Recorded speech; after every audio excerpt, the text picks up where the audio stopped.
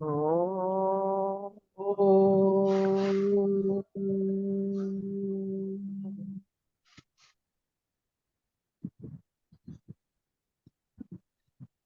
Alright. तो कल हमने बॉडी के बारे में एक चैप्टर खत्म किया। अभी बॉडी ये विषय खत्म नहीं हुआ है।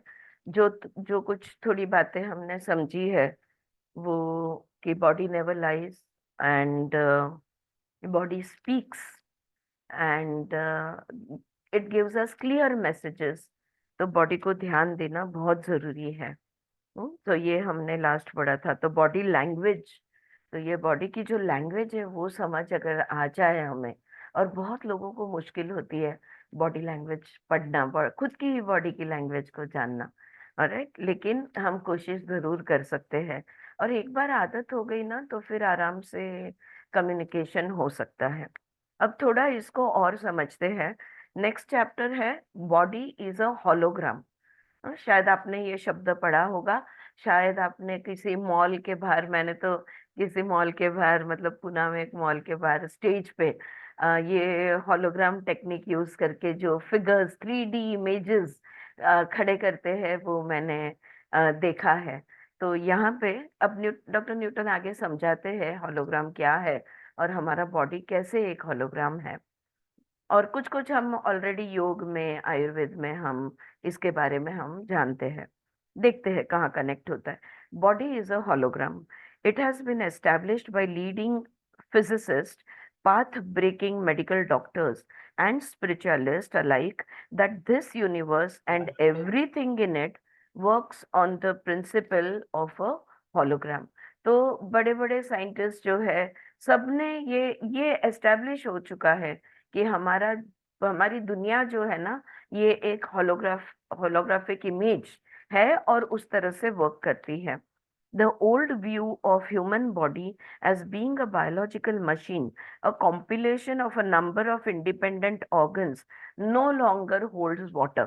देखो, पहले हम क्या समझते थे कि शरीर है और शरीर में बहुत सारे सिस्टम्स हैं और हर सिस्टम्स अनेक ऑर्गन्स से बना हुआ है, अवयवों से बना हुआ है। और ये सारे सिस्टम अपनी अपनी इंडिपेंडेंट फंक्शन कैरी आउट करते हैं। जैसे अगर हम कहें रेस्पिरेटरी सिस्टम, तो रेस्पिरेटरी सिस्टम में हमारे लंग्स यानी फुफ्फुस है और फेफड़े है और फिर ट्रैकिया है और फिर विंड पाइप है, फिर नोज है। तो नोज से लेके लंग्स तक, लंग्स के अंदर एयर सैक्स है, एल्वियोलाई है, वगैरह वगैरह। और ये रेस्पिरेटरी सिस्टम का, और हमारा जो सर्कुलेटरी सिस्टम है। अब सर्कुलेटरी सिस्टम में क्या क्या आता है? हार्ट आता है, हमारी रक्त वाहिनियां यानी ब्लड वेसल्स आते हैं, और उसके अंदर बहने वाला ब्लड। अब सर्कुलेटरी सिस्टम और रेस्पिरेटरी सिस्टम इंडिपेंडेंट सिस्टम है। वो एक उसका काम कर रहा है, दूसरा अपना अलग से काम कर रहा है। तो ये पुराना जो हमारी समझ थी, इसलिए हम क्या करते थे, अगर कोई सिस्टम में, अगर कोई ऑर्गन में कुछ बिगड़ गया है तो बस उसी को रिपेयर करना है। उसको रिपेयर करने से सब कुछ ठीक हो जाएगा। ये जो हमारी समझ थी, अब वो समझ काम में नहीं है। वो समझ हमारी बिल्कुल गलत थी, वो गैर समझ थी। Earlier, it was believed that the universe comprised of a coming together of various celestial bodies, each playing a specific yet independent role in it। अब देखो, ब्रह्मांड के बारे में भी तो यही था। हमारे शरीर के बारे में जो हमारी समझ थी कि हर शरीर का हिस्सा जो है वो अपना अपना काम करता है, हर एक का काम अलग है, और ये सब अलग अलग चीजें हैं जो अलग अलग जगह पे काम करती है। ब्रह्मांड को लेकर भी हमारा वही समझ था कि सूर्य अपना काम कर रहा है, चंद्र अपना काम कर रहा है, सारे ग्रह, सारे नक्षत्र, सारे तारे सब अपना अपना काम कर रहे हैं, और सब उनकी रचना जो है ऐसी है कि सब हमको लगता है एक साथ है। वैसे ही the human body too was viewed from the same perspective. Each organ had a specific function and jointly added up to the functioning of the body. Okay, तो हर सिस्टम अपना अपना काम करता है तो शरीर फिर काम करता है। ये हमारी समझ थी। Therefore, Any illness meant viewing the dysfunctional organ with the intention of either correcting the dysfunction or replacing the organ or doing away with it altogether. तो समझो अगर एक बॉडी पार्ट काम नहीं कर रहा है, लिवर नहीं कर रहा है या पैनक्रियाज नहीं कर रहे हैं या कोई भी शरीर का एक हिस्सा काम नहीं कर रहा है, तो क्या करते थे? या तो वो हिस्से को रिपेयर करना है या तो उसको निकाल के उसकी जगह पे दूसरा बिठाना है। मतलब हार्ट रिप्लेसमेंट, ये जो रिप्लेसमेंट हम करते हैं वो करना है, या तो उसको पूरी तरह से निकाल फेंकना है। बस यही हमारी समझ थी। The holographic view has brought a complete turnaround in our understanding. तो जब हमने ये holographic दृष्टिकोण जब हमने लिया, तो तब हमें समझ में आने लगा कि ये ऐसा नहीं है। सब मिलकर एक साथ शरीर को चला रहे हैं, उतना ही नहीं है। Holography is the study of pictures produced by the use of laser beam. देखो, एक लेजर बीम को लेकर चित्र का अभ्यास किया जाता है, जिसको कहते हैं होलोग्राफी। ओके, जैसे फोटोग्राफी होती है वैसे ये होलोग्राफी है। A three-dimensional picture thus produced is called a hologram. किसी भी एक इमेज को जब उसमें से लेजर बीम पास होता है और उसका 3D इमेज रेडी होता है, तो हम उसे कहते हैं, जो जो चित्र तैयार होता है उसे कहते हैं होलोग्राम। अगर आप गूगल पे जाओगे और अगर आपने टाइप किया कि holographic image of the heart, तो आपको सच्चा वाला हृदय दिखेगा, वो धड़क रहा है, खून एओर्टा में फेंक रहा है, ऐसा लाइव, जैसे कि आपके सामने वो वस्तु पड़ी है। 3D इमेज है, इसलिए वो उस तरह से अपीयर होता है। A holographic image is produced by first splitting a single laser beam into two beams. तो ये holographic image बनाते कैसे हैं, थोड़ा यहाँ पे वो समझा रहे हैं। जितना समझे समझो, ना समझे अगर आपकी भाषा में आप समझना चाहो तो गूगल आपको जरूर से ये जो लैंग्वेज में आप समझना चाहो समझा देगा। तो इन्होंने जो समझाया है मैं उतना पढ़ूंगी। A holographic image is produced by first splitting a single laser beam into two beams. तो एक लेजर बीम है, उसको पहले डिवाइड कर देते हैं, स्प्लिट कर देते हैं, दो उसके बीम्स बनाते हैं। Then each of these beams is passed through a diffusing lens. फिर एक लेंस में से ये बीम पसार होती है। लेंस में से पता है ना आपको, लाइट जब लेंस में से पसार होती है तो वो स्प्रेड होती है, तो डिफ्यूज होती है। The first diffused beam is reflected with the help of mirrors to fall on a holographic film. जैसे फोटोग्राफिक फिल्म होती है वैसे होलोग्राफिक फिल्म होती है। उस फिल्म पे जो स्प्लिट की है उसमें की एक इमेज जो है, जो लेंस से गुजर रही है, उसको उस फिल्म के ऊपर छापा जाता है या रिफ्लेक्ट किया जाता है। The other is made to strike the object that needs to be photographed and reflected off it before it too strikes the same holographic film. तो हमने जो दो बीम बनाए थे, एक बीम जो है वो लेंस में से जाके सीधा वो होलोग्राफिक फिल्म पे, समझ लो जैसे हमारी पहले हुआ करती थी, अभी डिजिटल आ गया सब, तो जो होलोग्राफिक फिल्म है वो फिल्म पर जाके गिरती है। जैसे वो फोटोग्राफी की फिल्म होती है ना, नेगेटिव जो बोलते हैं वो। और दूसरा जो है, वो जिस वस्तु का इमेज, जो जिस चीज का इमेज हमें चाहिए, उसके ऊपर दूसरी वाली लाइट जाके फिर वो फिल्म पर उसे भी रिफ्लेक्ट किया जाता है। A unique pattern created by the combination of these two beams is thus captured on the film. तो ये दोनों इस तरह से जब फिल्म पे रिफ्लेक्ट किए जाते हैं तो एक खास प्रकार का पैटर्न तैयार होता है, और वो इमेज, वो पैटर्न हमें उस होलोग्राफिक फिल्म पे दिखता है। A unique pattern is created by the combination of these two beams is captured on the film. When a third diffused laser beam is then focused on this pattern, अब ये जो भी film पर जो pattern तैयार हुआ है, जब इसके ऊपर तीसरा लेजर बीम रिफ्लेक्ट किया जाता है, फोकस किया जाता है, तो उस चीज की, उस वस्तु की 3 डायमेंशनल इमेज तैयार हो जाती है। Okay. When the hologram was discovered by our scientific community, it offered solutions to several mysteries of life, besides turning around certain other previously accepted explanation. तो जब इसका संशोधन हुआ, पहली बार जब साइंटिस्ट लोगों ने ये हॉलोग्राम ढूंढ निकाला, तो जीवन के ऐसे कई गुण थे, ऐसी काफी सारी चीजें थी जिनको हम ठीक से जान नहीं पाते थे, क्योंकि हमें 3 डायमेंशनल इमेज नहीं मिल रहा था।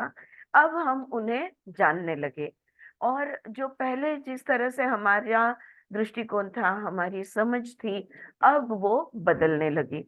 The hologram exhibited several fascinating properties.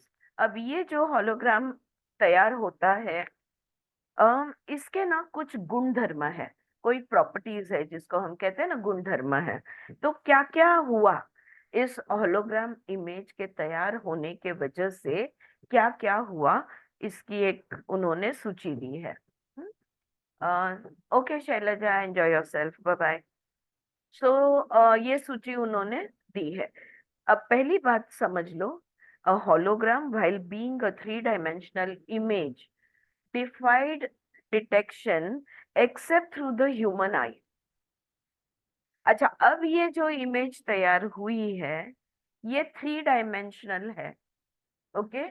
ये इमेज वहां पर रेडी हुई है, लेकिन हम अपनी आंखों से उसे देख सकते हैं।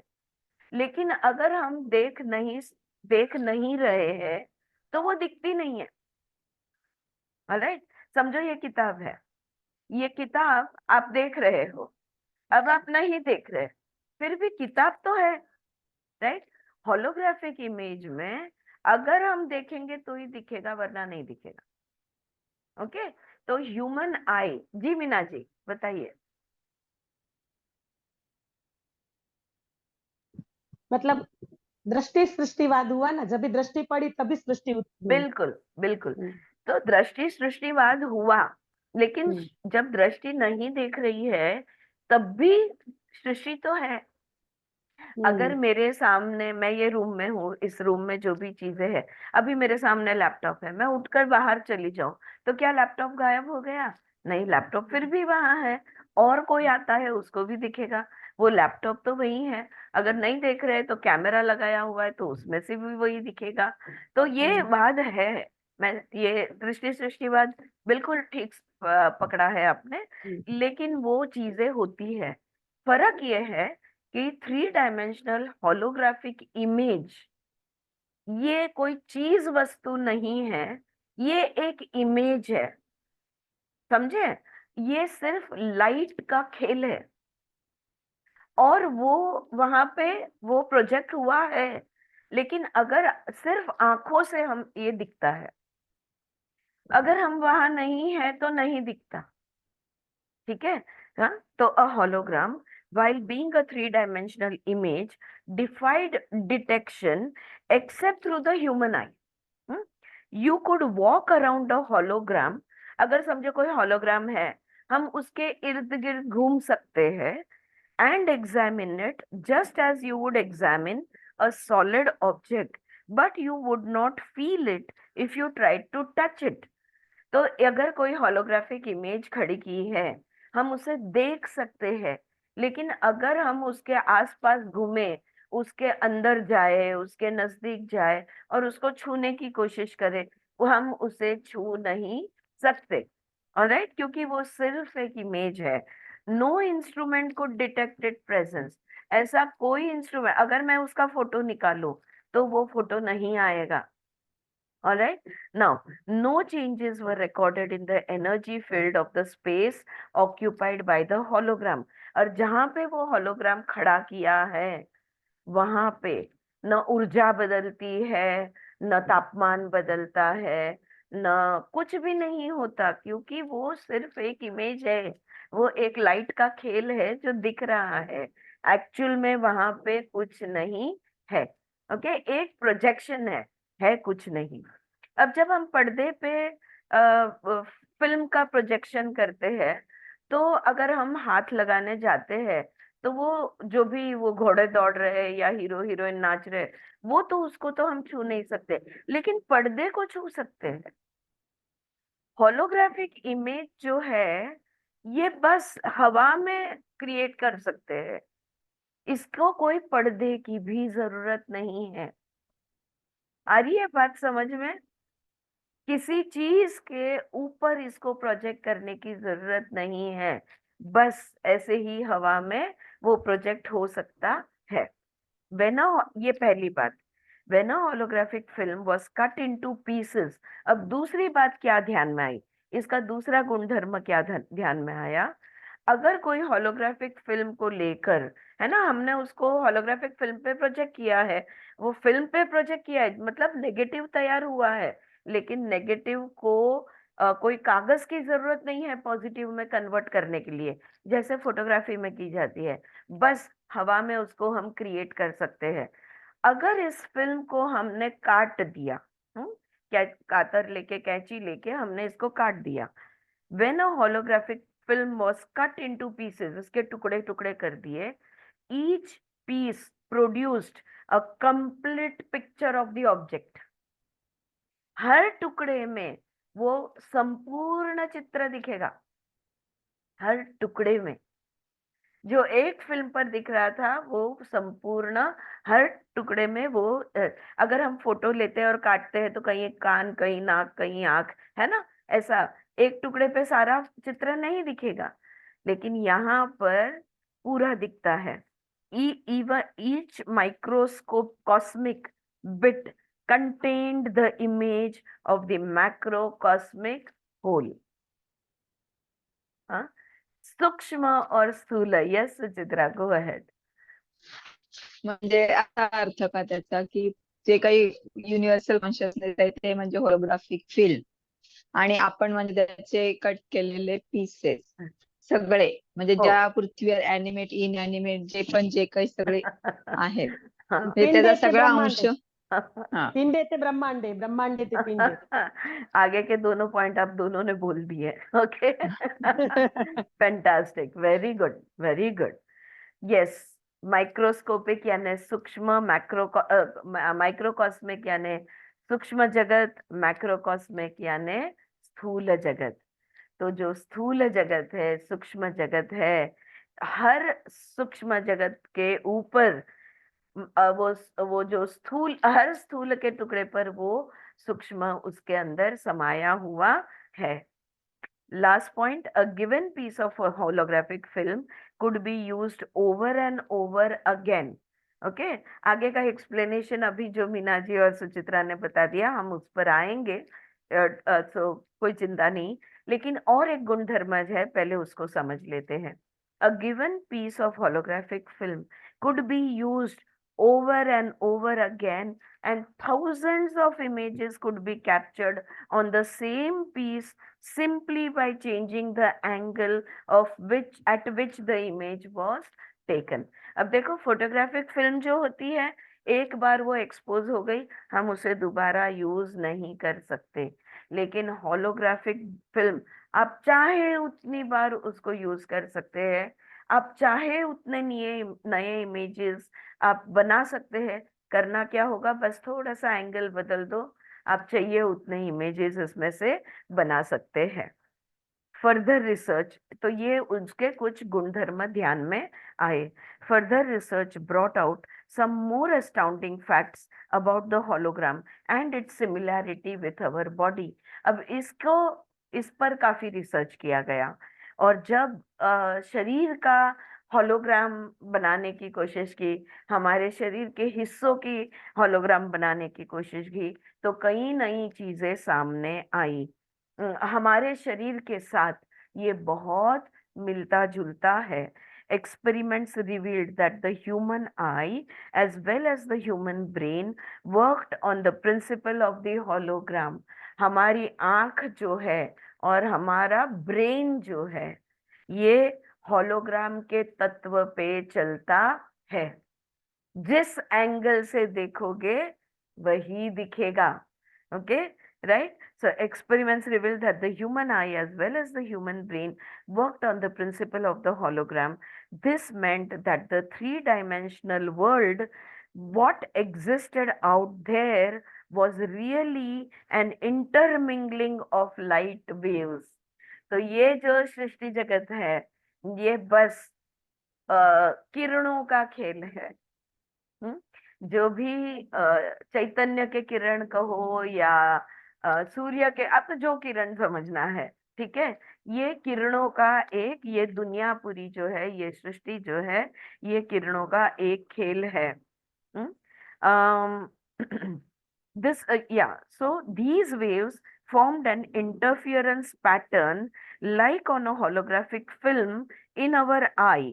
अब हमारी आंखों से हम जो एंगल पे देखेंगे हमको वहां का दिखेगा, और जैसे हम देखेंगे वैसे एक एक पैटर्न बनते जाएगा। And combined with the brain, और जब जो आंख जिस चीज को देख रही है उसके साथ दूसरा बीम यानी दूसरा ब्रेन जब कनेक्ट हो जाता है, हम ये भी कह सकते हैं मन कनेक्ट होता है। यहाँ पे हम लोग स्थूल बात कर रहे हैं, इसलिए आंख जो साधन है उसके साथ जब ब्रेन कनेक्ट हो जाता है, combined with the brain, it gets converted into objects. जो अभी मीना जी बोली ना, दृष्टि सृष्टिवाद, तो ये एक it is this is what we will call as quantum physics.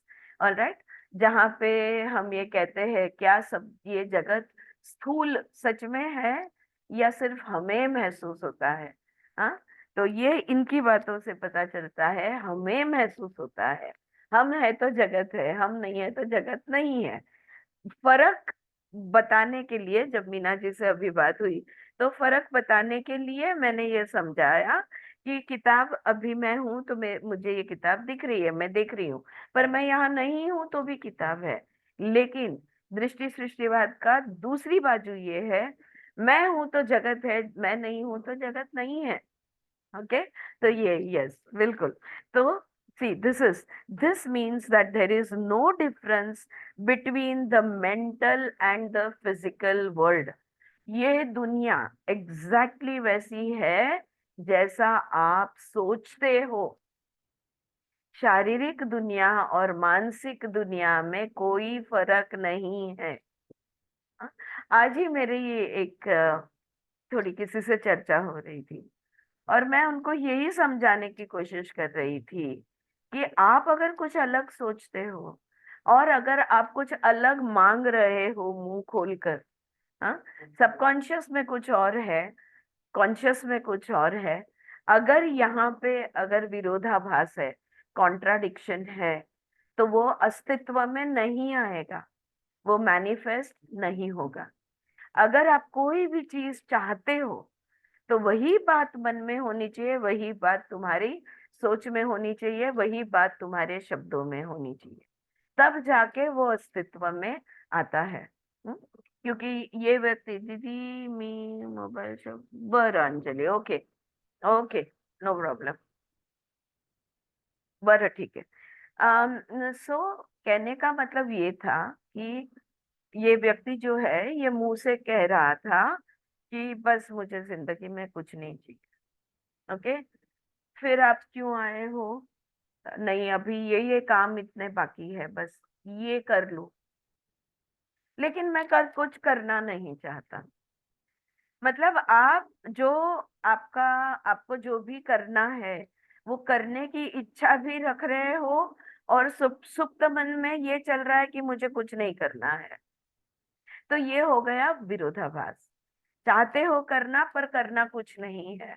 हाँ, मिरर वर्क में you can heal your life में हमने इस पर भी काम किया कि जो सुप्त मन में है वही हमारे जागृत मन में भी होना जरूरी है। सो इसका मतलब ये हुआ, मानसिक दुनिया और शारीरिक भौतिक दुनिया में कोई फर्क नहीं होता। जैसा आप सोचोगे बिल्कुल वैसी ही दुनिया है। अगर आप सोच रहे हो दुनिया बुरी है तो यस, दुनिया बुरी है। अगर आप सोच रहे हो दुनिया अच्छी है तो यस दुनिया अच्छी है। ओके, तो ये बात हो गई। Our brain constituting the mental faculty determines what the eye sees as a physical object. देखो मन जो है ये ग्रहण करता है, माइंड जिसको हम कहते हैं या ब्रेन कह लो आप इसको। तो हमारा ब्रेन जो देखना चाहता है वही चीज हमारी आंख देखेगी। ये तो हमने कई बार बात की है, isn't this right? Yes, we speak about this so often. इतना बड़ा पेपर है जिसपे कम से कम 15 आर्टिकल्स है, लेकिन मैं क्या ढूंढ रही हूँ, कोई स्पोर्ट्स का आइटम। तो बराबर मेरी आंख वो स्पोर्ट्स का आइटम देखेगी, फिर बाकी की कोई चीज मुझे नहीं दिखेगी, राइट? तो आंखें वही देखेगी अस्तित्व में, शारीरिक रूप में, जो मेरा मन चाहता है या जो मेरा ब्रेन ढूंढ रहा है वही दिखेगा। It is not as if the entire universe as we see it is a trick of the eye. तो ये नहीं है कि ये पूरी सृष्टि जो है, ये दुनिया जो पूरी दिख रही है, ये मेरी आंखों का खेल है या मेरा भ्रम है या एक इल्यूजन है। ऐसा नहीं है। Instead it is like a cloud that appears solid with a definite shape and boundary. However, an aircraft flies through the apparently solid cloud with absolute ease, almost like it does not exist. ये दुनिया को जब आदि शंकराचार्य जी कहते हैं दुनिया एक माया है, यानी उनका ये कहना नहीं है कि दुनिया नहीं है, पर ये दुनिया कैसी है इस बात को हम समझते हैं। तो यहाँ पे डॉक्टर न्यूटन उदाहरण दे रहे हैं कि समझ लो एक बादल है, क्लाउड है। हम्म, वो क्लाउड हमें, वो बादल जो है कितना सॉलिड दिखता है, हमें उसका रंग दिखता है, हमें उसकी बाउंड्री दिखती है, हमें बादल दिखता है। लेकिन अगर उसको छूने जाओ हाथ कुछ नहीं आता। और उसमें से, बादलों में से, हमारा जो एरोप्लेन है, हमारा एयरक्राफ्ट है, वो इस तरह से गुजर जाता है जैसे कि कुछ है ही नहीं। ये दुनिया, वो दिखता है सॉलिड, लेकिन क्या वो सॉलिड है? नहीं। अगर वो सॉलिड होता किसी दीवार की तरह तो हमारा एयरक्राफ्ट उसमें से घुस ही नहीं पाता, राइट? बस वैसे ही ये जो दुनिया है, इसको दिखती है सॉलिड, इंद्रियों से लगती है सॉलिड, लेकिन एक्चुअली ये सॉलिड नहीं है, ये एक प्रोजेक्शन है। इसलिए हमें आदि शंकराचार्य जी कहते हैं दुनिया एक माया है। इसका मतलब वो नहीं है, बिल्कुल है, लेकिन ये एक होलोग्राफिक इमेज की तरह है। बात क्लियर है? सबके ध्यान में आया जो बोल रहे हैं, right? Okay, now so from up close it is like a seamless blending of the cloud and the rest of the sky. हमें लगता है ये आकाश है, आकाश में बादल छाए हुए हैं, आकाश अलग है, बादल अलग है। बादल सॉलिड है, उसको रंग है, सफेद दिखते हैं, कभी ग्रे दिखते हैं, उसको बाउंड्री है, उसका साइज दिखता है। कभी कभी हमें वो घने लगते हैं और कभी कभी बहुत हल्के लगते हैं, कभी कभी हमें कापूस जैसे, कॉटन जैसे सॉफ्ट लगते हैं। लेकिन अगर हम उसको हाथ लगाए, उसको पकड़ना चाहे तो हाथ नहीं आते, हमारा हाथ उसमें से गुजर जाएगा। ठीक है? अब देखो, there are two aspects of this finding that are truly revealing in the present context. तो अब जब हम शरीर की बात कर रहे हैं या आध्यात्मिक नजरिए से जब देखते हैं तो दो चीजें ध्यान में आती है। One is the fact that for this to be true, it necessarily means that each individual brain has been fitted with a holographic film of the whole, a microchip of the entire manifested consciousness. अगर इस शरीर को इस दुनिया का अनुभव लेना है और अगर ये दुनिया उस बादल की तरह एक माया है कह लो, या एक जिसको है लेकिन सॉलिडिटी नहीं है, पर मुझे अगर इसका सॉलिड अनुभव लेना है तो क्या होगा, मेरे दिमाग के अंदर, मेरे ब्रेन के अंदर एक इनबिल्ट माइक्रोचिप होलोग्राफिक फिल्म होनी चाहिए। अगर ब्रेन के अंदर वो होलोग्राफिक फिल्म नहीं है तो इस दुनिया का अनुभव मैं नहीं ले पाऊंगी। हाँ, जैसे हमारे फोन में इनबिल्ट होता है ना, ये चिप्स होती है, तो वैसे ये माइक्रोचिप हमारे दिमाग में फिट होनी चाहिए। अब ये माइक्रोचिप कैसी होनी चाहिए, जिसमें सारे ब्रह्मांड की छवि समा जाए, तो मैं जो देखना चाहूं मैं देख सकती हूँ। जैसे हमारे फोन में माइक्रोचिप है, जिसके वजह से हम गूगल सर्च इंजिन्स हम यूज कर सकते हैं, समझे। तो पूरी दुनिया का कुछ भी अगर मैं जानना चाहूँ तो भी मैं जान सकती हूँ। अब हमारे फोन की माइक्रोचिप फिर भी लिमिटेड है, हाँ, लेकिन हमारे ब्रेन की माइक्रोचिप अनलिमिटेड है, क्योंकि ब्रह्मांड का पूरा स्वरूप इस माइक्रोचिप में फिट किया हुआ है, ताकि मैं ये पूरे ब्रह्मांड को, उसके किसी भी हिस्से को अगर देखना चाहूँ तो देख सकूं। our thought waves, our point of view determine our view of reality। तो हमारी दृष्टिकोण तय करेगी कि सत्य क्या है। जिस नजर से हम देखेंगे, जिस एंगल से हम देखेंगे, वही हमारा सच होगा। करते, इज दिस कॉम्प्लिकेटेड? समझ रहा है ना, सिंपल है ना? हाँ, समझ में आ रही है बात? हाँ स्वाति बोल। इकडे असं म्हणायचंय का की आपले जेवढे जन्म होत आहेत तेवढे अनुभव जास्ती आल्यामुळे ते ज्ञान तिकडे साठवलं जातं? नाही, बिलकुल नाही। इथे असं म्हणायचं आहे, इथे असं म्हणतायत की अख्खं ब्रह्मांडाचं चैतन्य, अख्ख्या ब्रह्मांडाचं चैतन्य आपल्या त्या मायक्रोचिप मध्ये बसवलेलं आहे। म्हणजे कितीही जन्म आणि काहीही तुला बघायचं आहे, अनंत साठी तू बघू शकते। म्हणून तर जे ब्रह्मांडी ते पिंडी बनतं ना। हाँ, अभी थोड़ी देर पहले जो बोले। हा नाही, मला हे का लक्षात आलं, आपण बघ त्या ह्याच्यात भगवद्गीतेच्या ह्याच्यात जेव्हा आपण म्हणत होतो की अर्जुन वगैरे म्हणजे पांडव हे जे होते ते नवीन न्यू सोल होते। ओल्ड सोल आणि न्यू सोल, यंग सोल आपण बघत होतो ना त्याच्यात, म्हणजे तिथे त्याचा ह्याचा काही संबंध नाही। प्रत्येक चेतना त्याचा पूर्ण संबंध आहे।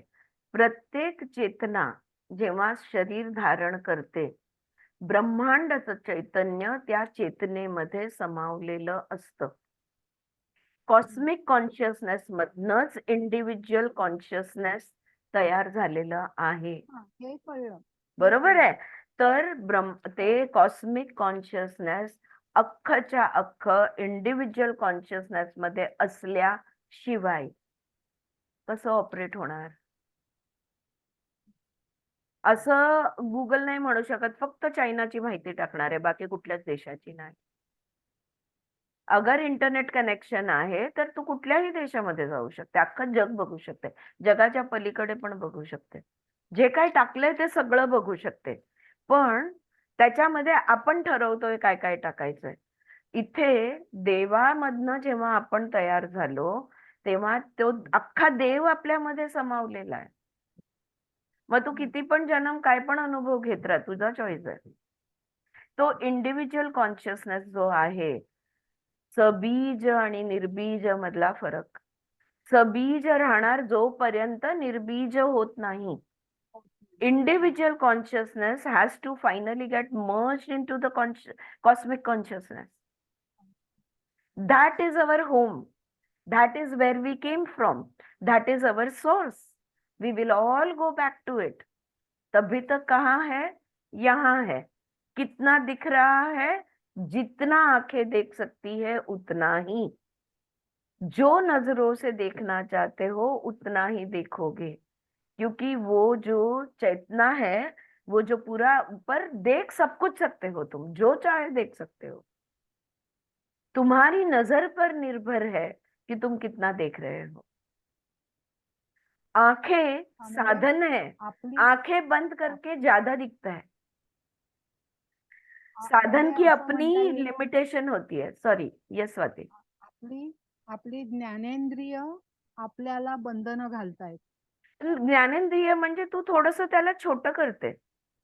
हं, तेच हा, म्हणजे कारण जसं कारण आपण कारण मग ते जर अचानक मोठं बघितलं तर संदर्भ राहणार नाही, डिसओरिएंटेशन होईल.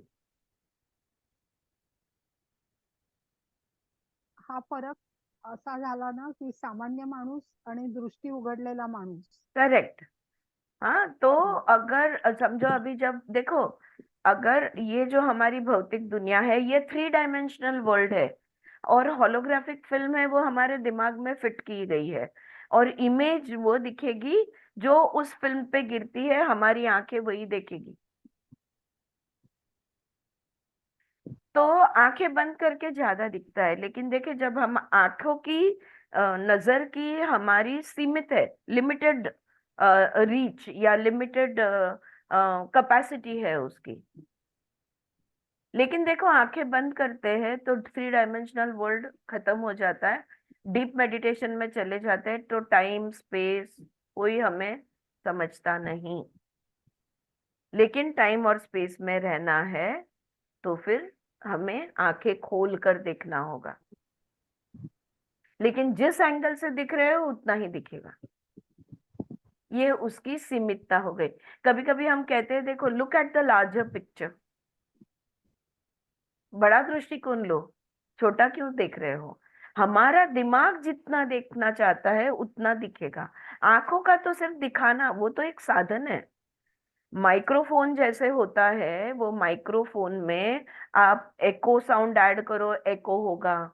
आप उसको लाउडनेस, उसका सॉफ्टनेस आप उसको कंट्रोल कर सकते हो, आपको उसको दूर नजदीक कर सकते हो, वो साधन है। वैसे ही हमारी आंखें साधन है। ठीक है, विषय। प्रत्येक हम्म, प्रत्येक डेस्टिनेशनला त्याचे नियम, त्या नियमाप्रमाणे आपल्याला तिथे तिथे जाणीव होते. डायमेन्शन्स मध्ये. जसं हो, प्रत्येक डायमेन्शनला. कारण आणि कॉन्शियसनेस, ती चेतना जी आहे ना, ते संपूर्ण चैतन्य जे आहे ना, ती त्या हिशोबाने चेतना तुमची रिफ्लेक्ट होते. जेवढी चेतना जास्त हं, जेवढा त्याच्या पलीकडे कॉन्शियसनेस गेलं जास्त, की करेक्ट, तसं मल्टी डायमेन्शनल होत जाणार ते. मग फक्त 3 डायमेन्शन मध्ये सीमित नाही राहणार. Is it clear? जान्हवी, कळतंय? Ma'am, I have a question. Yes darling, बोलो. Hi. हा, When you say की कॉन्शियसनेस आपल्या सगळ्यांमध्ये सेमच असतो, राईट? पण मग इथे हा सेंटेन्स जो आहे, our thought waves, our point of view determine our reality. तो my reality, my thoughts, my view, and my reality is different than your thoughts, your view, and your reality. But absolutely. the consciousness is the same. The Yes. only thing is that there is difference in the level of consciousness. Do you mean that? Absolutely. Okay. पण consciousness आहे, same Yes. आहे, पण See, फक्त we I are am not all, reaching. we are all made up of pure consciousness. But the mind alters those consciousness. When the consciousness is there, but we also have an instrument called mind, which filters the consciousness. Okay. So, the more expansive your mind, the more you will be able to, so more the consciousness. If you Okay. want to look Got at a it. larger picture, you can look at a larger picture. If you want to take a pinhole view, you can take a pinhole view. Pinhole view. It Okay. all depends on how much of that consciousness you are into. So Okay. yes, absolutely, it depends on your level of consciousness. And that Okay. is why we have to raise our consciousness so that, देख, स्वार्थ and परमार्थ फर्क है. स्वार्थ में my thought is only for myself. परमार्थ में my thought is for everybody. Correct. right? Yeah. That is the difference of my consciousness. So those people who remain in roti kapda or makan, we will say they are into lower consciousness. And those people who can look at the larger picture, so to speak, who can look at the greater good, the good of the whole world, or more than the self, they are into higher consciousness. That is why we have Right. these terms, lower consciousness, higher. Clear? Right. Yeah. Madam? Got it. All right. Now, so there are two aspects. One is the fact that for this to be true, it necessarily means that each individual brain has been fitted with a holographic film of the whole, a microchip of the entire manifested consciousness. Our thought waves, our point of view determine our view of reality. ये पहली बात. Second, by extension, it also means that just as our brain is fitted with this microchip, so also is every cell in our body. ये जो चैतन्य है, जो हमारे दिमाग के अंदर फिट किया हुआ है, ये चैतन्य का माइक्रोचिप जो हमारे जिसमें पूरे ब्रह्मांड का चैतन्य है, तो ये जो हमारे दिमाग में फिट किया है, वही हमारे कण कण में भी है. यानी हमारे हर सेल में, हमारे हर पेशी में ये चैतन्य भरा हुआ है. ओके. जे ब्रह्मांडी ते पिंडी, पण पिंडामध्ये प्रत्येक पेशीमध्ये पण तेच चैतन्य आहे, तेच कॉन्शियसनेस आहे. The cosmic consciousness is contained in मी.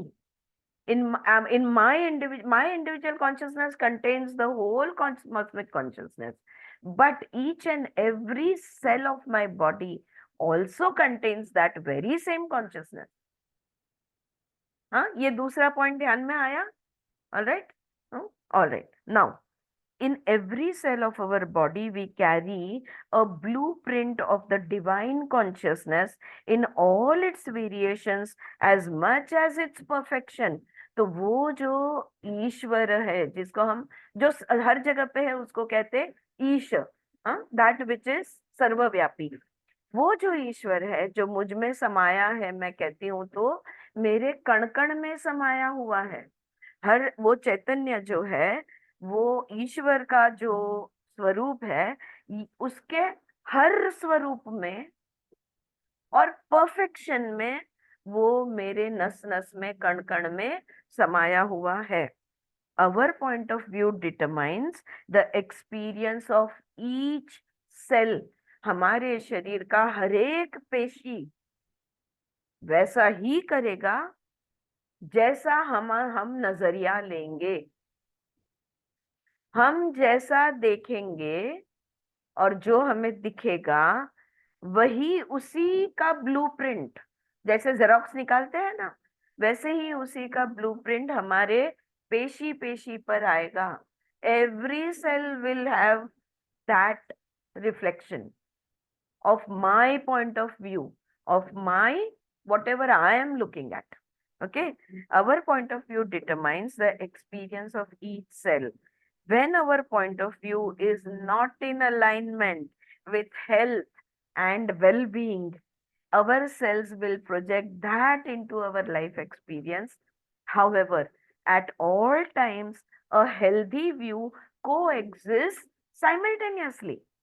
देखो, पूरा ब्रह्मांड समाया हुआ है, यानी हर दृष्टिकोण मेरे अंदर समाया हुआ है. मैं चाहूं वो दृष्टिकोण ले सकती हूँ. तो अगर मैं आरोग्य का दृष्टिकोण लेती हूँ, मैं पूर्ण हूँ, मैं संपूर्ण हूँ, मैं all is well, I am 100% healthy, अगर ये मेरा दृष्टिकोण है तो मेरे हर पेशी पे यही छपेगा.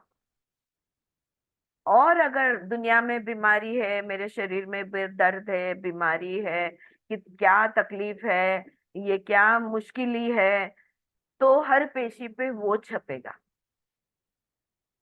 इसलिए कहते हैं जैसे सोचोगे वैसी दुनिया बनेगी. You create your world. कल मीना जी आपने पूछा था, हमारे दृष्टिकोण से हम हमारी दुनिया बनाते हैं. तो नजरिए की बात है. क्या आप शरीर को एक निरोगी, एक परफेक्ट मशीन समझते हो, हेल्दी परफेक्ट मशीन, या आप अपने शरीर को टूटा फूटा, आधा अधूरा, कहीं कुछ कम कहीं कुछ ज्यादा, ऐसा मशीन समझते हो? आप जैसा दृष्टिकोण लोगे वैसा आपका शरीर बनेगा। ठीक है? हाँ, इसके लिए पूरा होलोग्राम समझाया। All right, okay. There are enough references to this concept in all religions and spiritual texts for many thousands of years. ये बात नहीं है, बिल्कुल नहीं। हजारों साल से कई धर्म ग्रंथ में यही बातें लिखी हुई है। It may not have been talked about in terms of holograms or energy fields, but this principle has been recognized by all those great minds that have spent years in contemplation on the divine nature of man and the universe that he inhabits. वो सारे गुरुजन लोग, वो उन्होंने hologram और energy field ये सारे शब्द यूज नहीं किए होंगे, लेकिन जिन्होंने भी इस ये जीवन क्या है, ये दुनिया, जीव जगत ईश्वर, इसके ये 3 चीजें हैं। ये 3 इंपॉर्टेंट चीजें हैं, जीव जगत ईश्वर। मैं कौन हूँ, मैं जहां हूँ वो क्या है, और दोनों में क्या है, और ये सब कहाँ से आया है, क्या कोई तीसरा कंपोनेंट है जिसमें से ये दोनों आए हैं, वगैरह वगैरह। जिनको भी इन बातों ये प्रश्न आए हैं, जिन्होंने इन प्रश्नों पे चिंतन मनन किया है, ध्यान किया है, उनके ध्यान में ये बात आ चुकी है। जो पिंडी वही ब्रह्मांडी, जो ब्रह्मांडी वही पिंडी। हम ईश्वर से अलग नहीं हैं, हम उन्हीं में से निकले हैं, हम वहीं वापस जाएंगे, और हम जो जिंदगी जी रहे हैं ये उससे अलग नहीं हो सकती। उसी स्तर पे हम जीवन जिएंगे। जो लोग उस स्तर पे जीवन जीते हैं उनका जीवन सुखी हो जाता है, क्योंकि कहीं भी विरोधाभास नहीं है, कहीं भी कॉन्ट्राडिक्शन नहीं है। मैं अच्छी, दुनिया बुरी, ये सही है, ये गलत है, मैं सही हूं, तू गलत है, मैं तुझसे अलग हूं, ये सारे विरोधाभास है, कॉन्ट्राडिक्शंस है। ओके, और जहां पर जिन्होंने चिंतन मनन किया, ये बात उनके ध्यान में आ गई थी। हमारे धर्म ग्रंथों में, अलग अलग धर्मों के ग्रंथों में ये दी है, सबने ये बात बोली है, जो भी गुरु है बना है उसने ये बात बोली है। An understanding of the holographic principle helps us to put into perspective in contemporary terms many of the ruling principles of life. जीवन जीवन जीने का नाम है, और ये जो जीवन हम जी रहे हैं ये कुछ तत्वों पे आधारित है, कोई प्रिंसिपल्स पे आधारित है, लेकिन ये प्रिंसिपल्स तो हमेशा से ही थे। ओके, और हम तो खाली हम अब शब्द अलग यूज कर रहे हैं। अच्छा, और एक बात जो कहने की रह गई, जब हम आरोग्य का दृष्टिकोण लेते हैं तो क्या आरोग्य नहीं होता, अनारोग्य कहेंगे हम, क्या अनारोग्य का दृष्टिकोण नहीं होता? होता है। अगर अच्छा का दृष्टिकोण हम लेते हैं तो क्या बुरा नहीं है दुनिया में? हाँ, होता है, लेकिन हम नहीं वहां से देख रहे। हमने ये चश्मा पहना हुआ है, हर दृष्टिकोण है, every perspective is present all the time, everywhere, सर्वव्यापी, सर्वज्ञ, लेकिन हम सिर्फ एक सीमित दृष्टिकोण लेते हैं। We follow only a particular perspective, we don't look at things as a whole. जो है जैसा है पूर्णत्व में अगर हम देखते हैं तो हमारी भारतीय तत्वज्ञान में इसे कहते हैं दर्शन करना। इसलिए जब हम मंदिर जाते हैं हम क्या कहते हैं? दर्शन कीजिए, हमारे यहाँ दर्शन करने आना, राइट? बिकॉज हम एक पूर्णत्व को देखने जा रहे हैं, हम एक कंप्लीट होल प्योरिटी को देखने जा रहे हैं। तो जो षड दर्शन है ये दर्शन शास्त्र कहलाते हैं, और ये 6 दर्शन जो है कैसे हम ये दर्शन कर सकते हैं वो सिखाते हैं।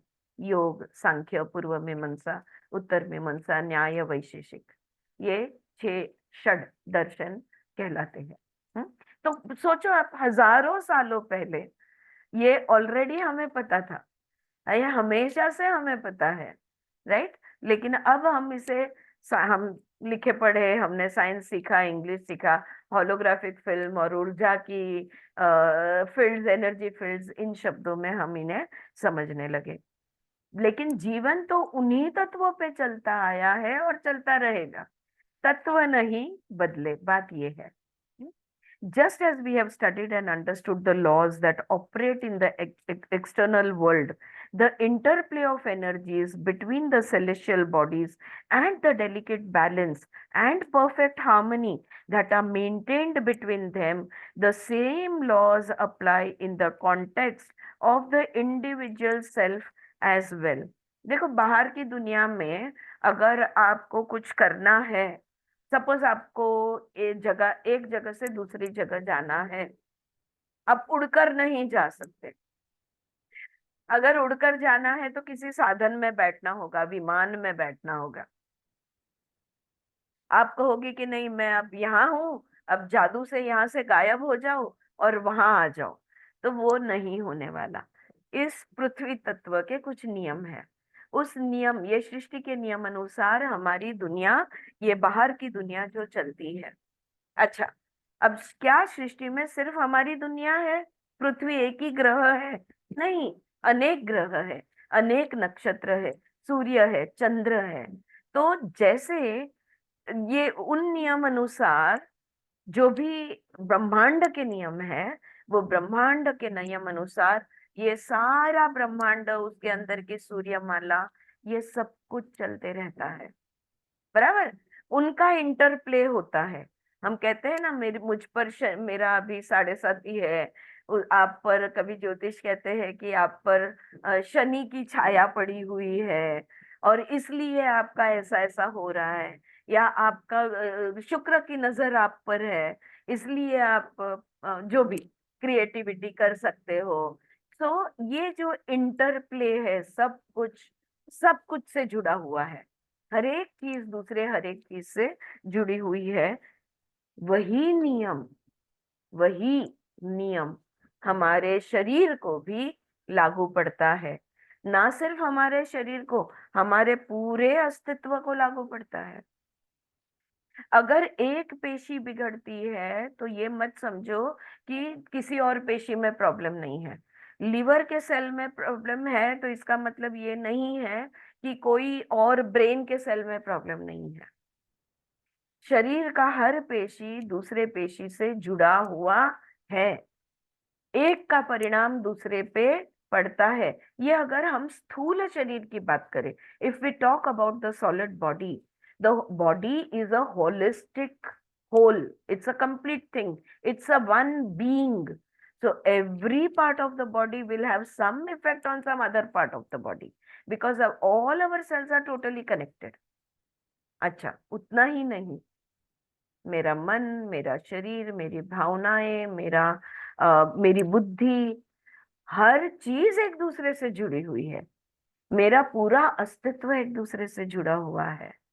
तो शरीर कुछ और कर रहा है, मन कुछ और कर रहा है, ये अगर होता है तो बिगाड़ होता है, जिसको हम डिसऑर्डर या डिस ईज कहेंगे। आई बात समझ में?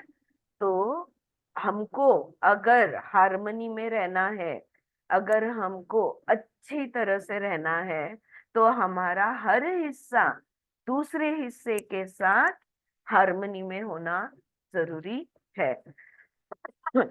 Every individual holds the whole within him. वो ईश्वर हरेक, वो जो निर्बीज है, वो हरेक सबीज के अंदर है। वो जो परमात्मा है वो हरेक आत्मा में है। जो ब्रह्म है, वो हर पर ब्रह्म है, वो हरेक ब्रह्म में है। ठीक है, हम ईश्वर से अलग नहीं है। ये जितने भी बार बोलो कम है। क्यों कम है? क्योंकि हमें महसूस नहीं होता। We don't feel that we are that cosmic power. We are that cosmic intelligence. We don't feel that. जब तक वो फील नहीं होता, until we have that experience, we will not believe in it. And because we don't believe in it, we have to study it. We have to repeat it. We have to do japa ajapa. Okay? तब जाके कहीं तो भी मैं 1000 लाख बार खुद को बोलूंगी मैं आरती हूँ, मैं आरती हूँ, मैं आरती हूँ, मैं आरती हूँ, तब जाके कहीं तो भी हाँ विदाउट क्वेश्चन मैं आरती हूँ, ये एस्टेब्लिश होता है। हाँ, जब जब मैं छोटी थी मेरा नाम रखा गया, उसके बाद से हर व्यक्ति ने आरती आरती आरती आरती लाखों बार हुआ। अब मुझे कोई संदेह नहीं है, कोई संशय नहीं है कि मैं आरती हूँ। यही बात मैं ईश्वर हूँ, कभी किसी ने मुझे ईश्वर नहीं बोला। मैंने खुद को कभी ईश्वर नहीं बोला, तो मेरे अनुभव में मेरी मान्यता में वो नहीं है, उसको लाना होगा। अहम ब्रह्मास्मि। और जब अहम ब्रह्मास्मि समझ जाए तो तत्वमसि अपने आप समझ जाएगा। Okay, you are that, I am that. So every individual holds the whole within him. Equally, each individual is a precious, irreplaceable part of the whole. एक होलोग्राफ की फिल्म के कितने भी टुकड़े करो, पूरा का पूरा चित्र हर टुकड़े में दिखता है। तो हमारी आत्माओं के कितने भी विभाजन हो जाए और कितनी भी बार हो जाए, ईश्वर हम में सदैव होता ही है, उसको हम निकाल अलग नहीं कर सकते। Okay, so every part of our body is in balance, is in perfect harmony with the rest of the body. शरीर का कण कण एक दूसरे के साथ बैलेंस में है। अगर एक का बैलेंस खोया, आप सोचो बैलगाड़ी एक पहिए पे चलेगी? अब वहां पे 2 है, लेकिन हमारे पास करोड़ों करोड़ों करोड़ों पेशियां हैं, हर पेशी दूसरे पेशी से जुड़ी हुई है। तो अगर आप कहोगे सर दर्द है, इसका मेरे हाथ से या पैर से क्या लेना देना? बिल्कुल है। अगर आप करोगे शरीर में तकलीफ है, मेरे मन से क्या लेना देना?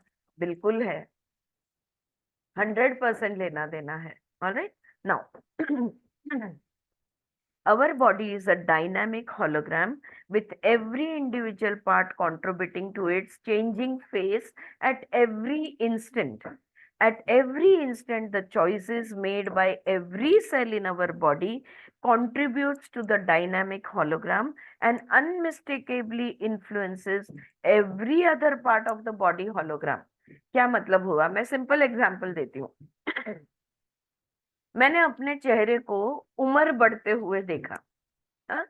जैसे मेरा दृष्टिकोण, मेरे विचार, मेरा दृष्टि जैसे बदलती गई, वैसे मेरे चेहरे का उम्र बढ़ते गया, लेकिन मेरे हाथों का उम्र ही नहीं बढ़ा। क्या ऐसा होता है? हा? कि सिर्फ मेरा फेस एज हो गया और बॉडी एज नहीं हुआ? क्या ऐसा होता है? नहीं होता। हमारे बिलीफ सिस्टम में जो भी है, हर सोच हमारी, हर भाव हमारा, हमारे पूरे शरीर के पेशी पेशी को बदलता है। कभी हम ये नजरिया लेते हैं तो हमारा शरीर वैसा दिखता है, कभी हम वो नजरिया लेते हैं तो हमारा शरीर वैसा दिखता है। हर पल, हर जितना हम एंगल्स बदलेंगे, उतने एंगल से हम खुद को देख सकते हैं। ये एक क्षमता जो होलोग्राफिक फिल्म की है, वही हमारी है। शेवटचा मुद्दा आला लक्षात? स्वतःकडे वेगवेगळ्या विचारांनी बघताना स्वतःची इमेज वेगळी वेगळी दिसेल, कारण विचार वेगळा आहे, त्यामुळे अँगल तुमचा बदलला। Is this clear? का confusion? Very clear? All right. अगर माझा या ध्यान पुस्तकाकडे बघायचा अँगल बदललाय, दृष्टिकोन बदलला। आतापर्यंत म्हणजे मला असं वाटतं आतापर्यंत वाचत होतो आपण ते ग्रॅज्युएशन साठी वाचत होतो. आज जे पुस्तक वाचतोय ते पीजी साठी वाचतोय. अजून पोस्ट PhD ग्रॅज्युएशन. वाचतोय. हा. हे सगळं कळलं तर वेदांताच्या अभ्यासात शिरलो की मग हा. पुस्तकाची लँग्वेज आणि कॉन्सेप्ट इतके असे थोडे क्लिअर. हेवी आहे ना समजायला ऍक्च्युली. येस, पण समजलं तर समजतं. हो समजतंय तसं. हा. आता तुम्ही ते एक्सप्लेन करून देताय म्हणून समजतंय ऍक्च्युली खरं तर. All right. तर हा अहम चॅप्टर, ब्रह्मास्मी मी परत एकदा नीट छान समज.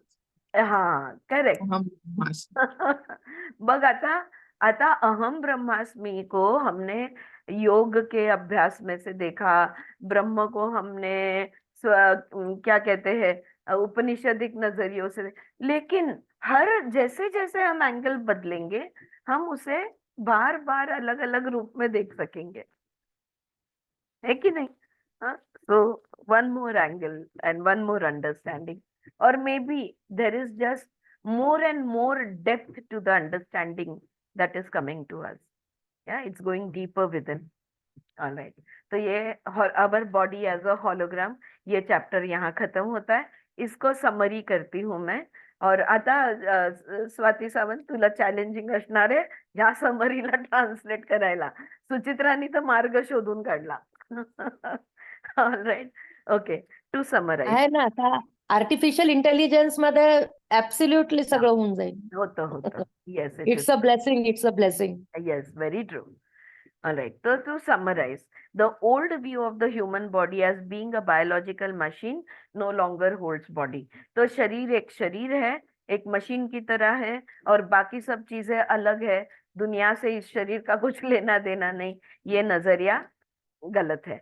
The human eye as well as the human brain work on the principle of the hologram. हमारी आंखें जो है और हमारा ब्रेन जो है ये हॉलोग्राम के प्रिंसिपल पे चलता है. There is no difference between mental and physical world. मानसिक दुनिया और शारीरिक दुनिया इसमें कोई फर्क नहीं होता. आपको याद हो तो हमने I think you are the placebo शायद पढ़ी थी, तभी we had read about this research कि अगर मैं मेरे शब्दों में, उन्होंने जो भी टॉपिक लिया होगा, अगर मैं मेरे शब्दों में बोलूं तो अगर आप एक्चुअली बॉडी से 10 सूर्य नमस्कार करते हो तो जो फायदे आपको मिलने वाला है, अगर माइंड में आप विदाउट ब्रेक 10 सूर्य नमस्कार कर पाए 70% फायदा मिलता है. ये वो रिसर्च स्टडी का कंक्लूजन था. You can run in your brain, you can jog in your brain. So the brain doesn't, मतलब the mind doesn't, ये एक्चुअल में हो रहा है या नहीं हो रहा. ओके, उसके बेनिफिट्स डेफिनेटली मिलते हैं. तो मेंटल और फिजिकल वर्ल्ड में कोई फर्क नहीं है. हाँ, आपण ते पण बघितलं होतं आणि त्याच्यातही दमायला होतं. हो ना. पूरा रिसर्च स्टडीज है इसके ऊपर. Now, each individual brain has been fitted with a holographic film of the whole, a microchip of the entire manifested consciousness. वो जो कॉस्मिक कॉन्शियसनेस है, वही कॉस्मिक कॉन्शियसनेस हमारे अंदर समाया हुआ है. Just as our brain is fitted with this microchip, so also is every cell in the body. और अंदर समाया हुआ है, यानी मेरे हाइपोथैलेमस के पिट्यूटरी ग्लैंड में या मेरे सहस्रा चक्रा में है, लेकिन मेरे मूलाधार में नहीं है. No no no no.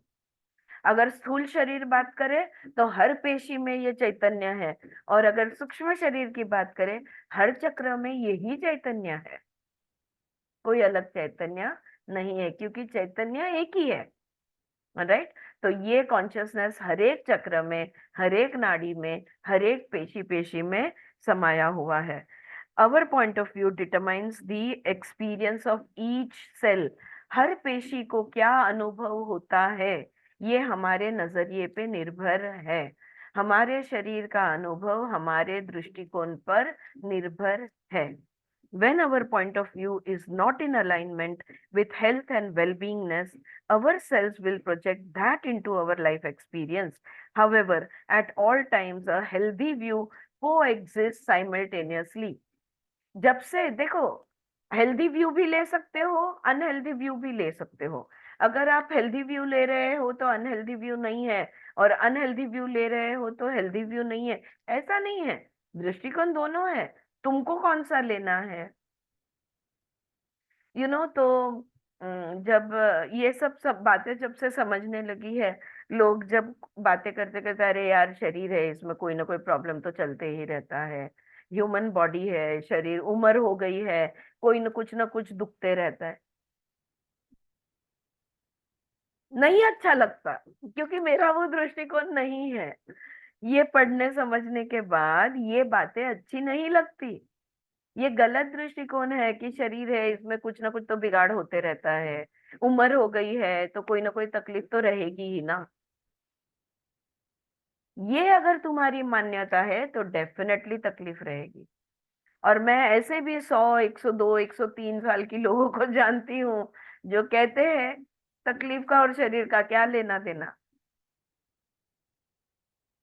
अगर आई है तो कुछ तो भी गड़बड़ किया है, अगर वो गड़बड़ को सुधार दूंगी तो चला जाएगा। तो उनका हेल्दी पर्सपेक्टिव है, उनका नजरिया जो है वो आरोग्य पे है, और किसी किसी का नजरिया जो अनारोग्य पे है। Right, all right, last point, every individual holds the whole within him. वो जो पूर्णत्व, वो नहीं, लास्ट पॉइंट नहीं है, और 3 पॉइंट्स है। वो जो पूर्ण है, वो जो ब्रह्म है, वो हरेक के अंदर है, सिर्फ मेरे में है, आप में नहीं है, नो, हरेक में है। Every part of our body is in balance and in perfect harmony with the rest of the body. अगर आप क्या कहते हैं, सुश्रुता जिसको कहते हैं, या अगर सब कुछ अच्छा है तो पूरे शरीर में अच्छा है। ये नहीं हो सकता कि मेरे हाथ में दर्द है और मेरे बाकी के शरीर को उसका कोई फर्क नहीं पड़ता। नहीं नहीं, आपका ध्यान नहीं है। Daily affirmations can be done, yes Shanti, definitely, to make yourself believe, right? Because it is not in our experience, so we have to do it. So every part of our body is in balance and in perfect harmony with the rest of the body. पूरा machine, पूरा instrument अच्छा चल रहा है, पूरी गाड़ी ठीक से चल रही है, हर जगह पे तेल है कोई जोड़ में से आवाज नहीं आ रहा, कोई दरवाजे के हिंजेस आवाज नहीं कर रहे। Our body is a dynamic hologram with every individual part contributing to its changing face at every instant. अगर आप नकारात्मक दृष्टिकोण लेते हो तो शरीर के हर हिस्से में आपको वो महसूस होने वाला है, और शरीर के हर पेशी पे उसका चित्र आने वाला है। The choices made by every cell in our body contribute to the dynamism of this hologram and unmistakably influences every other part of the body hologram. जो भी हम choices करते हैं, सर्दी सिर्फ नाक में होती है, फिर अंग को काटा क्यों आता है या ठंडी जब लगती है तो पूरे शरीर को क्यों लगती है, राइट? कोई किसी से, कोई भी हिस्सा शरीर का दूसरे हिस्से से अलग नहीं है, और जो भी हम चॉइस करते हैं, जो भी हम करते हैं, इसका परिणाम हर हिस्से पे दिखेगा। बोलो, अब कुछ सवाल है, पूछो, या आपको चिंतन मनन करना है? कुछ बोलूं मैं? बोलो बोलो कुछ पिछले कुछ सालों में यानी अभी ऑलमोस्ट 10 साल हो गए मेरे सेपरेशन को। जी। सेपरेशन के बाद मेरा वजन बहुत बढ़ा, और मुझे बहुत गिल्ट रहता था कि ये मेरा वजन मैं कम नहीं कर पा रही हूँ, शुगर को कंट्रोल करने के लिए कुछ नहीं कर रही हूँ, हमेशा गिल्ट ट्रिप्स पे जाती थी, यानी मैं अपने आप को ही एक्सेप्ट नहीं कर पा रही थी। बट द डे केम, एक टर्निंग पॉइंट आया जब वो बुक पढ़ा ना, you can heal your life, वहां से एक एक चीज अंदर जो उतरी कि and then I found love with myself, peace with myself, और जैसी हूँ मैंने खुद को एक्सेप्ट किया, बहुत प्यार से कर सकी मैं। बिल्कुल। और वो लॉजिकली कोशिश करने से नहीं हुआ, और उसके बाद अपने आप खाने की वासनाएं कम हो गई, चीजों को होल्ड करने की वासनाएं कम हो गई, और अपने आप धीरे धीरे वजन अपने आप कम भी हुआ। Wonderful wonderful. बहुत एफर्ट्स नहीं लिए तो वो हुआ। मेरे सेल्स ने मेरे साथ दोस्ती की, मेरे शरीर की मेरे साथ दोस्ती हुई। जी। और जब भी मेरा मजाक उड़ाया जाता था फ्रेंड्स के बीच में कि हम्म। इसके लिए तो पूरा सोफा छोड़ दो बैठने के लिए, या हम्म। ये सोफा टूट नहीं जाए, तो मैं उनको बोलती थी नहीं नहीं, मेरे बॉडी पर मेरा पूरा विश्वास है and I love it as it is, hmm. So do not shame it, I am not going to take any shame any more now. Hmm. पहले झेप जाती थी, कुछ नहीं बोलती थी, पर हम्म। फिर बाद में मैंने रुक के बोलना शुरू किया, what ever it is mine and I love it. Right. Wonderful. So wonderful. do yes. not disturb my love towards my body, and absolutely. I think it is disturbing my love, so please take care। या। बहुत very good. पर मैं ये message देती थी, जी जी। तो वो उसके बाद से फिर बहुत हेल्प हुई मुझको, ये खुद के प्यार से ही मेरा वजन भी कम हुआ, वंडरफुल। बहुत अच्छी है बात। ना। थैंक यू फॉर बहुत शेयरिंग एफर्ट दैट। नहीं है। Yes. Yes yes. Very good story. Yes, that deserves a clap. Wonderful. बहुत अच्छी बात है। All right. Thank you. और अब हम आखिरी शरीर को लेकर एक आखिरी अंडरस्टैंडिंग, आखिरी चैप्टर पे आते हैं। और इस चैप्टर का हेडिंग है सेल्यूलर मेमोरी। अब हमने देख लिया कि जो भी हमारे अनुभव है, जो भी हमारे विचार है, जो भी भावनाएं हमें महसूस होती है, वो सिर्फ यहाँ या सिर्फ वहाँ नहीं, पूरे शरीर में वो महसूस होती है। तो कण कण में हमारे अनुभव समाये हुए है, हर पेशी में हमारे अनुभव समाये हुए है, हर पेशी में चैतन्य है, ये भी हमने देखा। हर पेशी चेतना में है, ये भी हमने देखा। तो ये चेतना जो है, इस ऑब्वियसली इसके पास स्मृति भी होगी। तो सेल्यूलर मेमोरी यानी हमारे पेशी में, हर पेशी के अंदर होने वाली स्मृति के बारे में हम बात करेंगे। अब यहाँ पे वो कहते हैं, it was the occasion of my 10th birthday, I believe that I was given a memorable treat. I was told about it only that morning, and there was a lot of excitement and suspense built up by my father about this treat. He told me that he would be taking me to a place that I had never been to before, and he was sure that I was going to enjoy it. तो 10वां birthday था कह रहे हैं वो मेरा, और उस दिन मेरे पापा ने मुझे प्रॉमिस किया था कि आज मैं तुम्हें एक सरप्राइज देने वाला हूँ और आपको बहुत मजा आएगा, मैं कहीं तुम्हें ले जाने वाला हूँ और वहां पे आपको बहुत मजा आएगा। लेकिन कहाँ ले जाने वाले हैं, क्या सरप्राइज है, वो बता नहीं रहे थे। तो इतना सस्पेंस और इतनी एक्साइटमेंट थी कि आज मुझे क्या मतलब पापा कहाँ ले जा रहे हैं और क्या दिखाने वाले हैं या क्या मजा आने वाला है। I spent the entire morning trying to guess where he was going to take me. पूरी सुबह मैं सोचते रहा कहाँ मुझे ले जाएंगे, कहाँ ले जाएंगे। I fantasized about a surprise trip to Disneyland, a safari in Africa, and a couple of them more on that scale. I was after all 10. अब 10 साल की उम्र में ये तो नहीं समझता कि अफ्रीका ऐसे ही नहीं चले जाते जैसे नजदीक के गार्डन में जाते हैं वैसे। तो मैं सोच रहा था डिज्नीलैंड ले जाएंगे या अफ्रीका ले जाएंगे या ऐसी कई बातें मैंने सोची। It was around 2 PM that we set out from home, और दोपहर को 2 बजे हम लोग घर से निकले। By this time one by one all my earlier options were automatically getting ruled out because of the time factor.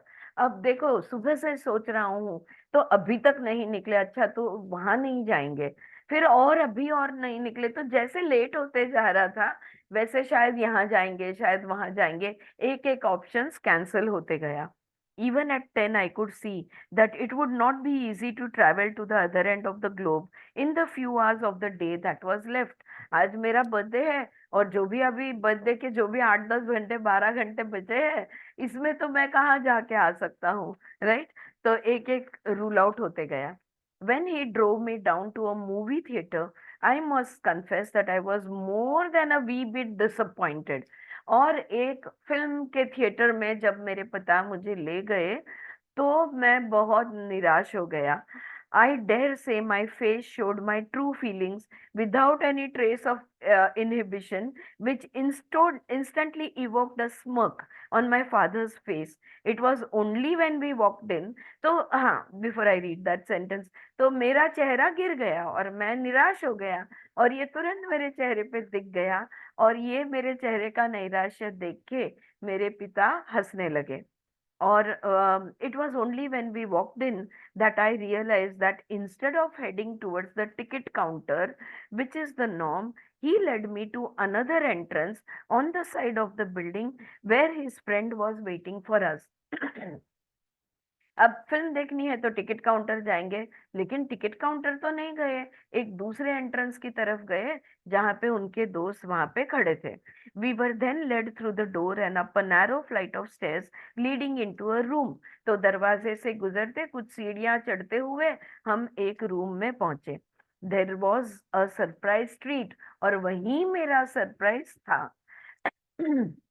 I was taken to the projection room of a movie theater and got to see the screening of the film from there much before it was time for the regular show for the public.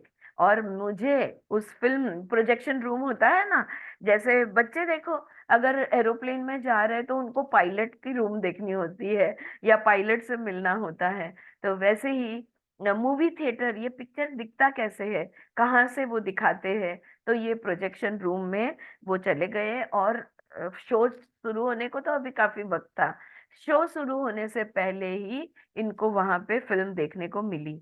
Needless to से my earlier disappointments vanished in thin air and I felt really special about this exclusive experience. और मेरा सारा नैराश्य भाग गया और ये कुछ अलग अनुभव था, इससे मुझे बड़ा आनंद आया. The exclusivity part apart, it was also a great learning experience. तो ये कुछ अलग किया, इसकी तो खुशी थी, लेकिन यहाँ पे कुछ अलग हमने कुछ सीखने को भी मिला. ये भी बात थी कि it was a learning experience. I realized much to my awe and wonderment that a movie film is actually a compilation of thousands of frames of separate moments captured individually of film. अब 10 साल का बच्चा है, उसको तो लग रहा है कि घोड़े दौड़ रहे हैं, जैसे मैं कहती हूँ फिल्म में जो भी कुछ हल हिल रहा है, ट्रेन आ रही है, जा रही है, लोग घूम रहे हैं, चल रहे हैं. लेकिन जब उसने एक्चुअल में देखा तो हजारों ऐसी स्टिल फिल्म्स थी, पिक्चर्स थे जो एक दूसरे से जुड़े हुए थे. I realized, when the film was held up and viewed by the naked eye, I realized that what was probably 1 minute of running scene on the screen was actually composed of hundreds of tiny frames. तो वो जो छोटे छोटे टुकड़े हैं जो एक दूसरे से जुड़े हुए हैं, ये इतनी सारी फ्रेम्स जो है, हजारों फ्रेम्स को जब जोड़कर उसको जब स्पीड में घुमाया जाता है तब 1 मिनट की फिल्म बनती है. ये इसका उन्हें बहुत ही अचंबा लगा, बहुत ही सरप्राइज थे. The speed at which the film pass through the projector made this frames flow seamlessly as if it was one continuous scene. तो वो प्रोजेक्टर के ऊपर जहाँ पे रील माउंट की है, वो रील जैसे घूमती थी, लाखों हजारों जो टुकड़े टुकड़ों में जो फिल्म थी, जब वो उस पर घूमती थी तब पर्दे पे ऐसे लग रहा था कि एक कंटिन्यूअस रनिंग सीन हो रहा है. It is amazing how everything we put out in the external world is in fact a replica of what happens in our inner world. अब देखो, जो भी कुछ हमारे बाहर अनुभव होता है, जो भी हमारा बाहर का अनुभव है, दुनिया का, जीवन का अनुभव है, ये हमारी अंदर की अवस्था का हूबहू रिफ्लेक्शन है. जो अंदर है वही बाहर होगा. अंदर कुछ और होते हुए बाहर कुछ और नहीं होता. हमें वैसा महसूस होता है, और इसलिए इसमें जो कॉन्ट्राडिक्शन है, इसमें जो तफावत है, इसके वजह से सुख और दुख के अनुभव है. वरना जैसा अंदर, एग्जैक्ट आईने के सामने खड़े रहो, अगर आपने लाल कलर की ड्रेस पहनी है, अगर आपने चश्मा पहना है, अगर आपने बिंदी लगाई है या नहीं लगाई है, आप जैसे हो एग्जैक्टली वैसा ही दिखता है. सही बात है कि नहीं, है ना? लाल ड्रेस पहनी है या चूड़ीदार पहना है और दिख रहा है कि मैं साड़ी में हूँ, ऐसा नहीं होता, राइट? लाइफ का वैसा ही है, जो भी हमारे अंदर है वही हमारे साथ बाहर होगा। Every cell in our body is like a can of film. हर पेशी उस फिल्म के हर टुकड़े की तरह है। Just as each can holds meters and meters of films with thousands of fractional moments captured on it for posterity, our cells too are storehouse of every single fractional moment of our experience. मैंने ऐसा तो नहीं चाहा था, मैंने ये तो नहीं मांगा था, बिल्कुल चाहा था, बिल्कुल मांगा था। याद नहीं है तुम्हें कब, समझे? तो उस फिल्म जैसे टुकड़े टुकड़े से जुड़ी हुई है हमारे हर पेशी पे। हमारे अंदर जो भी महसूस होता है इसका अनुभव उस पे है, और जब हमारी जीवन की रील घूमती है तब वही अनुभव हमें दिखते हैं और हमें लगता है यही जीवन है। इस बात पे हम रुकेंगे, अभी ये खत्म नहीं हुआ, अभी और 2 पेजेस है वो पढ़ेंगे, जो हम मंडे को पढ़ेंगे, और उसको लग के तुरंत ही मेडिटेशन है वो भी हम मंडे को करेंगे। Alright, it's time up, so we will stop over here. Film की बात ध्यान में आई? वो फिल्म जो है, हर अनुभव वो एक हमारा फिल्म है। कहाँ पे है? पेशी पेशी में है, और हर पेशी, हमारे शरीर, मन, द होल कॉम्प्लेक्स जब एक साथ ये चलता है तब ये हमारी दुनिया बनती है, और ये दुनिया फिर हमें अच्छी नहीं लगती, तो पहले क्यों छापी? हाँ, तो इसलिए ये सारे सेंटेंसेस है, we create our own reality, thoughts create matter, what is inside is outside, everything is a mirror image, outside world is the mirror image of our inner world. ये सारी बातें, whatever you think is going to be your experience, ये सारी वाक्य सही है, they are the truths of life. Life is exactly as you have asked it for it. लेकिन जो मांगा वो मिला, आप बोलते हो मुझे नहीं पसंद है। लेकिन अगर नहीं भी पसंद है तो उसको बदलने की क्षमता भी तुम्हारी है। दृष्टिकोण बदलो, हालत बदलेगी, अनुभव बदलेगा। रुके? बोलो, कुछ बोलना है किसी को तो। यस, नहीं रुकेंगे नहीं, पॉज लेंगे, पॉज फॉर टुमारो। पॉज लेंगे, ओके। पॉज लेंगे, हाँ ठीक है। आपण म्हणतो ना ते बोल बोल। डाळ तांदूळ कच्चे दिले तर त्याची खिचडी बनून तयार होते, तर ती हो, खिचडी बनवायची की खीर बनवायची आपल्या हातात. आपल्या हातात आहे. आपले भावना म्हणजे त्याच्यातली साखर किंवा मीठ. सुख दुख के सारे है। Yes, thank you Anita. Alright, चिंतन मनन करो, कैसे एक फिल्म की तरह हमारा जीवन है, कैसे हमारे हर सेल का रिफ्लेक्शन हमारा लाइफ है, इसके बारे में सोचो। जल्दी मिलेंगे। Alright, Yes. Alright. Thank you so much, ma'am. एक ओमकार बोलेंगे फिर रुकेंगे। यस स्वाति।